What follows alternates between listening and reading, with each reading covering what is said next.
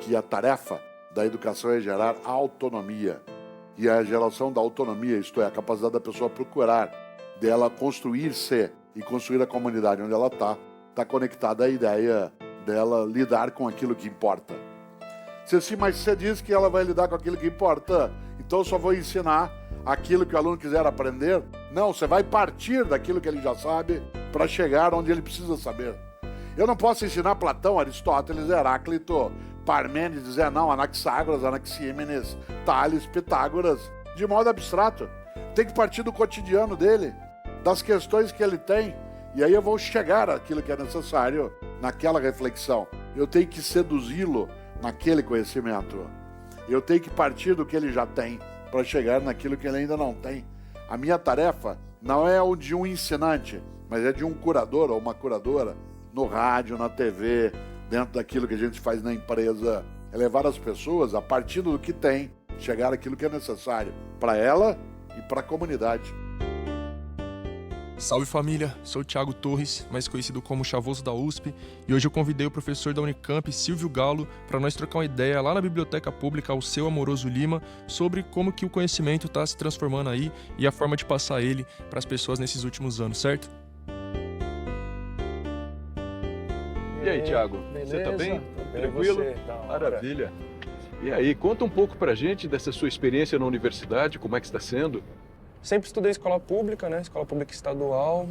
Passei na USP na minha primeira tentativa, o que eu falo, né? Infelizmente é uma exceção à regra. E aí eu tô lá, desde 2018, nessa considerada aí uma melhor universidade da América Latina, com todo respeito à Unicamp. Tem essas gracinhas que eu faço com os parceiros lá da Unicamp, né? Que eles falam, não, a Unicamp é melhor. Em muitos pontos é mesmo, assim, sabe? Tipo, a USP, infelizmente, ainda é muito elitista. Não que a Unicamp não seja, né? Também. Mas é isso, a gente tá lá dentro, eu falo a gente, né? Eu e outras pessoas de periferia, de escola pública, lutando para melhorar, né, aquele espaço. Ainda tem muito trabalho pela frente. Eu tô lá, né, cursando Ciências Sociais, né? E quero sair de lá para ser professor de escola pública, de Sociologia. O interessante é que nesse período todo que eu estou na universidade, primeiro como estudante, depois que fui para uma universidade privada também como professor e depois para a Unicamp como professor, é muito interessante ver a transformação pela qual a universidade tem passado, e eu diria que principalmente nos últimos 10 anos. Eu hoje não reconheço a Unicamp na qual eu trabalho em relação àquela que era a Unicamp que eu trabalhava nas décadas anteriores. E é muito bacana, eu estou muito empolgado com isso tudo, porque essa transformação se faz justamente porque a gente tem muito mais gente da periferia na universidade pública, muito mais jovens negros na universidade, que era muito branca até então, e muito mais pessoas de outras orientações sexuais, que não as orientações binárias, né? Então, isso tudo provocou uma transformação na universidade que é uma coisa incrível. A juventude hoje na universidade faz com que a universidade seja algo completamente diferente do que era e que faz com que nós, professores que ali estamos, também transformemos a nossa maneira de trabalhar, a nossa maneira de ensinar, as coisas que a gente estuda, né? Porque tem que dar conta dessa demanda que vem, né? E por mais que você tente atender essa demanda, não é simples, né?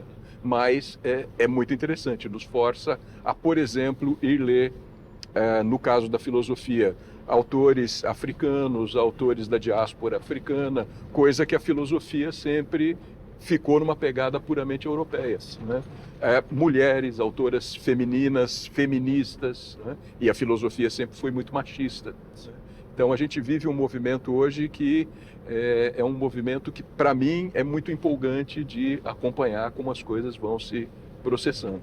Legal que você tem essa visão, né? Porque, pelo menos na USP, muitos professores não têm. Não sei como na Unicamp, eu vou até pedir para você falar disso, porque muitos professores que eu vejo querem, tipo, resistir a essa mudança, né? eles meio que se incomodam de ter que mudar o seu currículo, de mudar como eram as coisas desde sempre, né? Não, na USP a gente vê muitos professores que não querem se atualizar, eles não querem colocar autores negros de forma alguma. Eu não li um autor negro na minha graduação até então. Como eu falei, estou há 5 anos e meio lá, a gente não leu nenhum autor negro. A gente leu um autor indígena numa matéria de antropologia, mas é isso, todo o resto é branco, homens 60%, ou até mais, né? Até a última conta que eu tinha feito. Talvez a Unicamp sempre teve uma proposta um pouco mais aberta do que a proposta da USP, um pouco menos elitista do que a da USP, o que não significa, como você comentou antes, né? O que não significa que não seja elitista, porque a universidade pública no Brasil é elitista, né? Infelizmente. Mas a gente tem uma abertura um pouco maior, e eu acho que esses movimentos, mas que vieram muito também da pressão dos estudantes, né? Então, por exemplo, toda a questão da Unicamp ceder e começar a trabalhar com cotas, veio por conta de mobilização dos estudantes que pressionaram a universidade, pressionaram a nós, professores, os servidores, a discutirem a problemática das cotas até a gente chegar nessa dimensão das cotas. E é com a chegada da população preta na universidade que se vem também a demanda por buscar outras epistemologias. Claro que alguns professores são absolutamente refratários a isso, né? Mas outros professores procuram, de alguma maneira, dialogar com essa questão, né? E do meu ponto de vista, isso é muito interessante. Então, eu particularmente tenho curtido muito esse momento, porque me parece que é outra coisa completamente distinta. Isso é muito bom, essa pressão, né? Como você falou, é fruto de pressão, né? Eu sempre falo pro pessoal isso, sabe? Tudo que a gente conquistou, de menor que seja, né? Foi por luta coletiva, foi por pressão, né? Eu faço muita palestra em escola pública, falando sobre a USP para os alunos. E aí eu falo para eles, assim, a gente conseguiu hoje entrar na universidade porque tiveram pessoas que lutaram lá atrás e lutaram muito, né? Na USP também a questão da conquista de cotas foi isso, né? Eu sempre falo, a USP foi a última universidade pública do Brasil que implementou cotas, a Unicamp foi a penúltima, né? Mas a USP foi a última mesmo.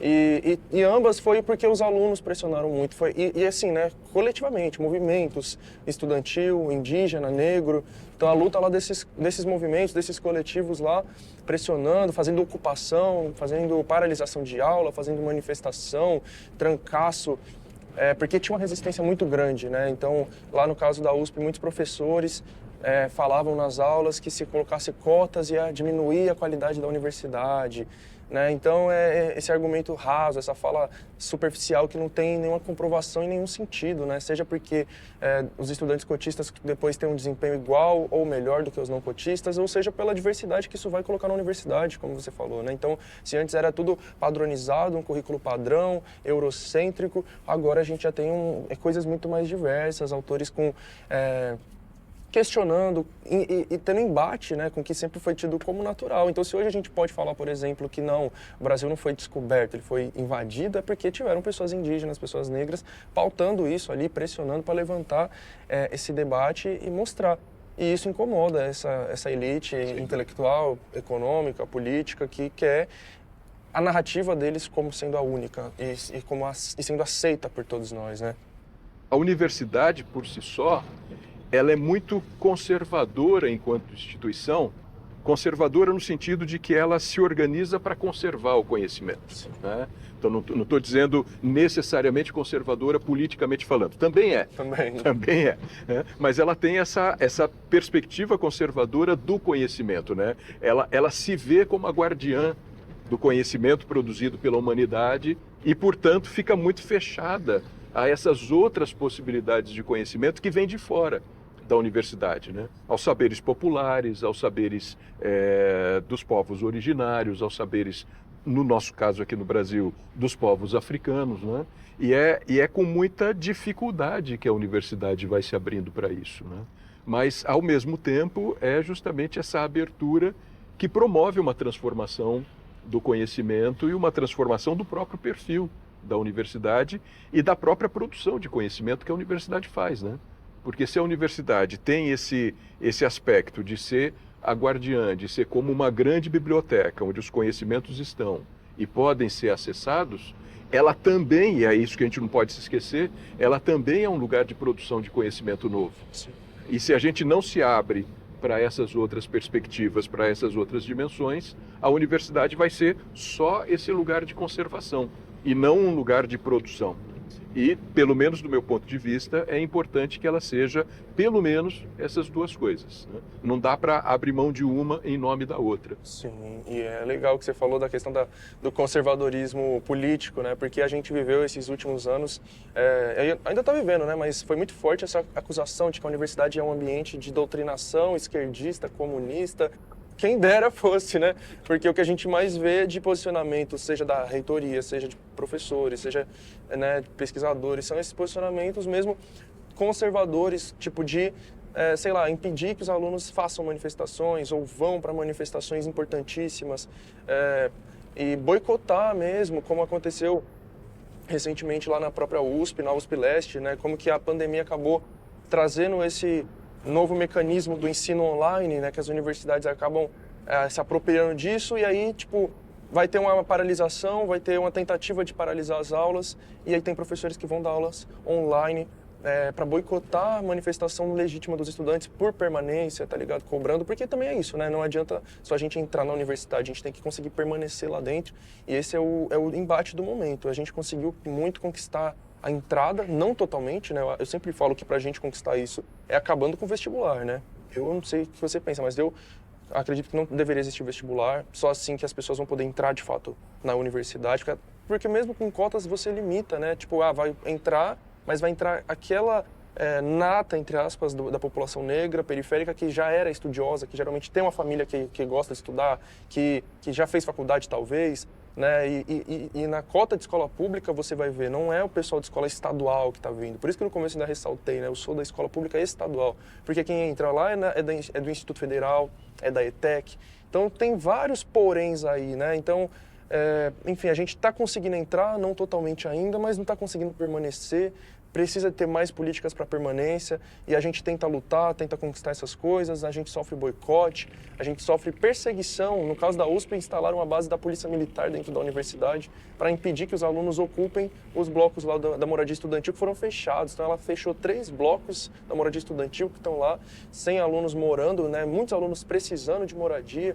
Então é muito complicado esse movimento. Eu venho, né, falar essas coisas, assim, fazer essas críticas, mas ao mesmo tempo falar para o pessoal, para a gente entrar na USP. A gente tem que entrar naquele espaço. Não é um espaço que tipo assim, tá desse jeito, então eu quero distância. Não, tá desse jeito, a gente tem que entrar para mudar, para transformar. Porque se depender só de quem está lá e sempre teve, não vai mudar.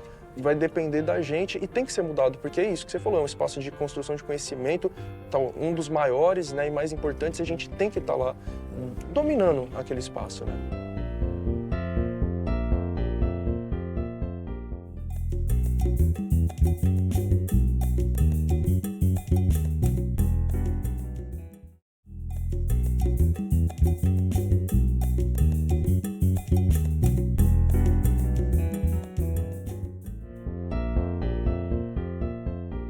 Qual é a mais antiga plataforma de ensino à distância?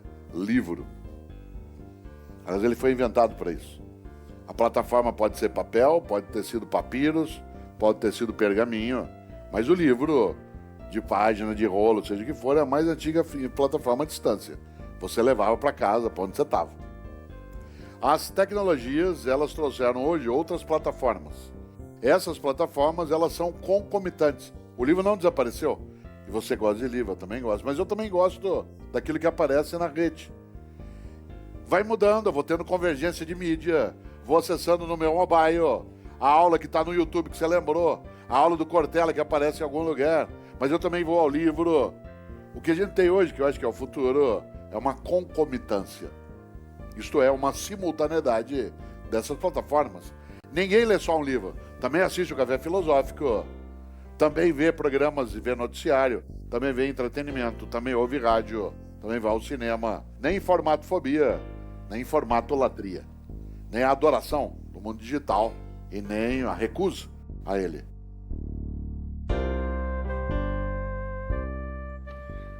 Então, professor, vamos trocar um papo aí sobre como que a gente está passando conhecimento adiante, né? trocando conhecimento, eu gosto mais de falar assim, né? Eu acho que o senhor você, né? Vem de uma época que era bem diferente, né? Não tinha internet. Eu tava brisando nisso esses dias, né? Que eu tento buscar algumas informações hoje em dia pela internet ali, poucos cliques, poucas escritas ali eu já acho a informação. Antigamente eu teria que vir até aqui, né? Nessas bibliotecas e revirar muitos e muitos livros para poder achar uma informaçãozinha básica, né? E aí, o que você pensa disso, da internet e da mudança? Como que era antigamente? Você pode falar um pouco como era antes, eu posso falar um pouco de como é hoje e a gente trocar o que mudou, o que melhorou, o que piorou. E o que você acha?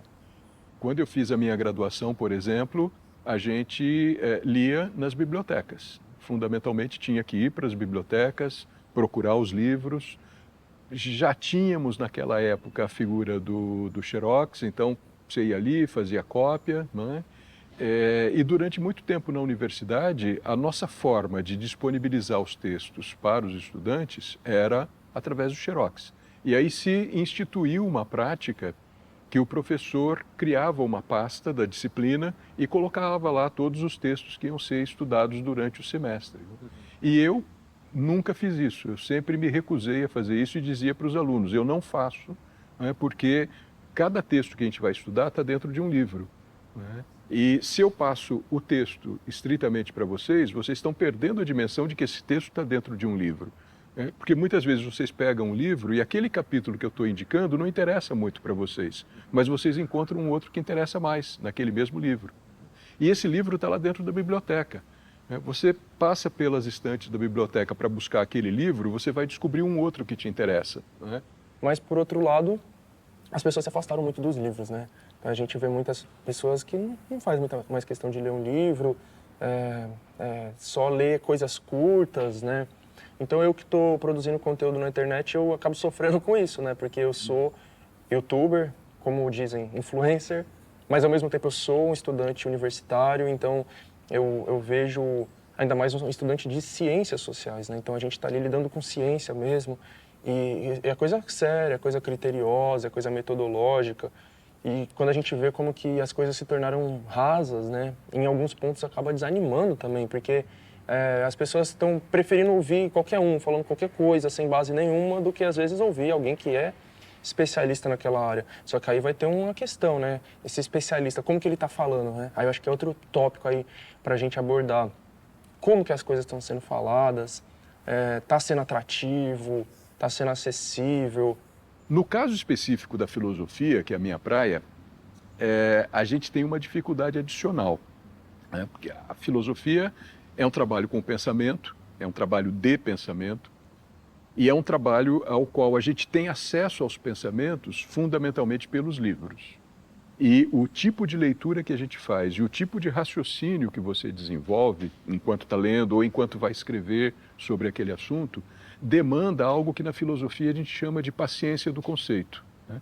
O conceito não se entrega para a gente de imediato, né? É algo que demanda todo um trabalho, né? Todo um trabalho do pensamento mesmo, de como você entra no pensamento do autor, como é que você, com o tempo, começa a pensar junto com ele, né? E como é que você desenvolve o seu próprio pensamento a partir desse movimento de pensar junto com ele primeiro. E isso demanda uma certa paciência, demanda um tempo, demanda muita prática, claro, como em qualquer atividade que se faz, né? Então, a filosofia pede um pouco esse tipo de trabalho mais lento, digamos assim. E quando a gente vai para a internet, quando a gente vai para as redes sociais, a gente vê justamente o contrário disso, né? Então, ao mesmo tempo, a gente também tem muitas pessoas que trabalham com filosofia hoje, dizendo que a internet, as redes sociais são a desgraça da filosofia, que a filosofia vai morrer, né? Que não vai ter mais lugar para a filosofia porque as condições materiais são totalmente diferentes. Eu particularmente discordo disso, né? Porque se a gente pensa numa figura-chave para a filosofia, que foi Sócrates lá na Antiguidade Grega, Sócrates fazia filosofia conversando com as pessoas na praça do mercado de Atenas. Então, ele não foi alguém que escreveu textos, não, ele ia para a praça e pegava um sujeito e começava a discutir um assunto e desenvolvia esse assunto, e era isso a prática da filosofia. A internet hoje representa aquilo que na Atenas, 500 anos antes de Cristo, era a praça do mercado. é onde as pessoas estão. Agora, a gente que estuda, a gente usa a internet já para propagar, para divulgar, para fazer com que isso chegue em mais pessoas, né? E isso é muito importante, a gente tem que compartilhar o conhecimento com o máximo de pessoas, de uma forma simples, acessível, e depois fazer essas pessoas irem para a universidade também, para continuar esses estudos, para se aprofundar, porque foi o que aconteceu comigo. Eu assistia canais de pessoas que faziam ciências sociais também na universidade, e eu falei, agora eu quero me aprofundar mais. O que eu estou vendo aqui no canal dessas pessoas é muito importante, mas é meio que a ponta do iceberg, né? Eu quero me aprofundar. E aí você vai para a universidade, ou não necessariamente, vai ler livros, vai se aprofundar nesses conteúdos aí, né? Você diria que esses canais são uma espécie de introdução, então? De chamar a atenção da pessoa, a pessoa se ligar naquilo, se interessar por aquilo e, a partir daí, procurar outras coisas. Então, tem canais que têm um propósito de ser mais conteudista, né? De fazer uma formação mesmo. Então, canais que vão ser canais de aulas, propriamente. Agora, o meu canal e de outras pessoas é mais que uma porta de entrada, tá ligado? A gente quer puxar essas pessoas para um assunto que elas talvez nunca tenham visto antes, falando de coisas do dia a dia delas, né? Então, a gente vai pegar um problema, eu, no meu caso, da vida da periferia, violência policial. A partir disso, você vai pautar tanta coisa, tá ligado? Populismo penal, desmilitarização, encarceramento em massa, genocídio. Então, você vai puxando esses assuntos que estão ali no dia a dia da população e vão indicando conteúdos para elas continuarem estudando, que é uma coisa que eu faço, que eu acho muito importante. Qualquer vídeo meu que você vê no meu canal, eu coloco lá referências bibliográficas. Aí tem um monte de recomendações de livros, de textos, artigos, documentários, para o pessoal entender que aquilo ali é a superfície do assunto. Continuem estudando. Eu acho que isso é muito importante de falar para o nosso público, né? O assunto não para por aqui e eu não tirei isso da minha cabeça, né? Tem um lugar ali para vocês continuarem se informando. O professor não é o dono do conhecimento na sala de aula. Ele está lidando com uma série de pessoas que trazem uma miríade de conhecimentos que estão fora da instituição escolar, da instituição universitária, né? E que são tão importantes quanto os conhecimentos que encontram abrigo na instituição escolar, né? E tentar promover esse diálogo entre esses conhecimentos me parece aquele que é o nosso grande desafio hoje. Eu concordo totalmente. Acho que as gerações aí, elas têm que achar essa forma de se conversar mais, porque a gente vê preconceitos, né, de ambos os lados. Os mais novos olham os mais velhos, com aquele o chamado etarismo, né? Tipo, essas pessoas que não sabem usar a internet, não sei o quê. E os mais velhos, às vezes, olham para os mais jovens também, como, hoje tudo está perdido, essa geração está perdida, e essa música que eles ouvem hoje é uma porcaria, e é complicado, né? Tem que ter mais diálogo mesmo. Agradeço aí pelo papo. Muito obrigado aí por você ter aceito o meu convite. Um grande prazer, Thiago. Muito bom conversar contigo. Muito bom. A última coisa que quero lembrar é exatamente, primeiro, não esquecer, né, do Lewis Carroll, né? Para quem não sabe para onde vai, qualquer caminho serve. Em segundo lugar, lembrar que a ideia de importar é aquilo que você leva para dentro, que você guarda, que fica contigo. Tal como um dia Drummond, né, no seu poema Memórias, termina dizendo: pois as coisas findas, muito mais que lindas, essas ficarão. E o conhecimento, ele é algo que é vivo, ele não pode ser congelado. Por isso, desejo que quando cada um e cada uma de nós olhe a nossa tarefa na formação nossa e de outras pessoas, que a gente seja capaz de fazer algo decisivo, que é uma biópsia do que fazemos. Há pessoas que, quando falam sobre formação e educação, só fazem autópsia, só identifica a causa-mortes. E isso de nada nos adianta. É preciso fazer autópsia, jamais. É preciso fazer biópsia. Na autópsia você só diz, não funciona, não dá certo. Na biópsia você pega uma coisa viva, vê o que ela tem de problema e procura corrigi-la para ela continuar viva. Por isso, a era da curadoria exige cada vez mais biópsia e menos autópsia. Se você não tem dúvidas, é porque está mal informado. Por isso, pergunto eu, alguma dúvida?